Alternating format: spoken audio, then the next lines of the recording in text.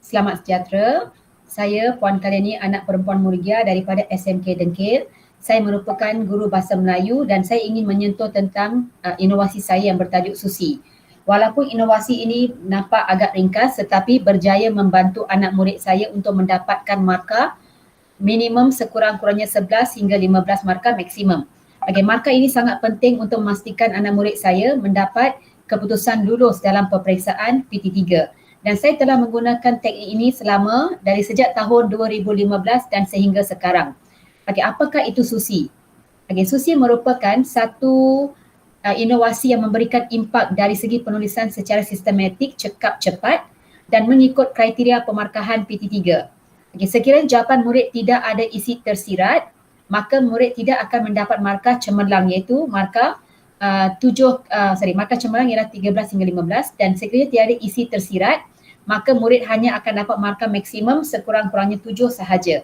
Jadi pastikan anak murid saya mendapat markah yang baik, maka perlu ada perengan intro yang ringkas, isi tersurat, tersirat, kata hubung, penanda wacana dan kesimpulan yang ringkas. Okey, nak tahu Susi? Jom ikut saya. Okey, ini merupakan jadual ataupun poster yang ringkas tetapi padat kerana anak murid saya biasanya tengok aja jadual ini mereka akan tahu, okey cikgu, jawapan kita perlu ada tersurat, maksudnya isi yang mereka nampak dalam bahan dan tersirat. Okey, isi yang diambil daripada bahan itu perlu dijadikan tersirat dengan hanya bertanyakan soalan kenapa, mengapa. Bila ditanyakan soalan kenapa, mengapa, maka akan digunakan kata hubung yang, kerana, hingga, supaya, demi dan juga perkataan untuk dan bagi. Okey, jadi jawapan murid perlulah dalam satu perengan lengkap dan tidak lebih 100. Tidak kurang 80, tidak lebih 100. Okey, ayo saya ingin tunjukkan kepada anda kempen ulasan ini dengan merujuk kepada bahan, bahan ringkas daripada bentuk soalan PT3. Okey, jadi ketika saya mengajar anak murid saya, perkara pertama untuk menghasilkan intro ialah dengan cara ringkas, iaitu ambil saja belakang perkataan lihat. Okey, murid akan tambah perkataan menunjukkan. Okey, tambah perkataan menunjukkan, selepas itu masukkan tajuk bahan ini.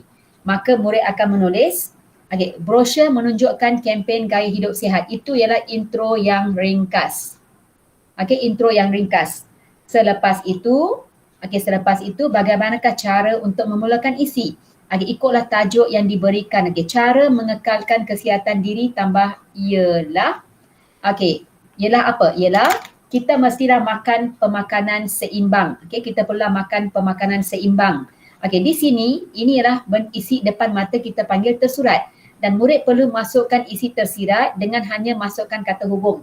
Mengapakah kita perlu makan makanan seimbang? Maka murid akan masukkan perkataan, kita perlulah makan makanan seimbang supaya, itu ialah kata hubung, supaya kita tidak menjadi obesiti. Supaya kita dapat mengelakkan obesiti. Itu ialah isi tersirat. Selesai. Selepas itu bagi isi kedua, murid akan masukkan penanda wacana. Penanda wacana selain itu. Kita haruslah menjalani pemeriksaan kesihatan secara berkala.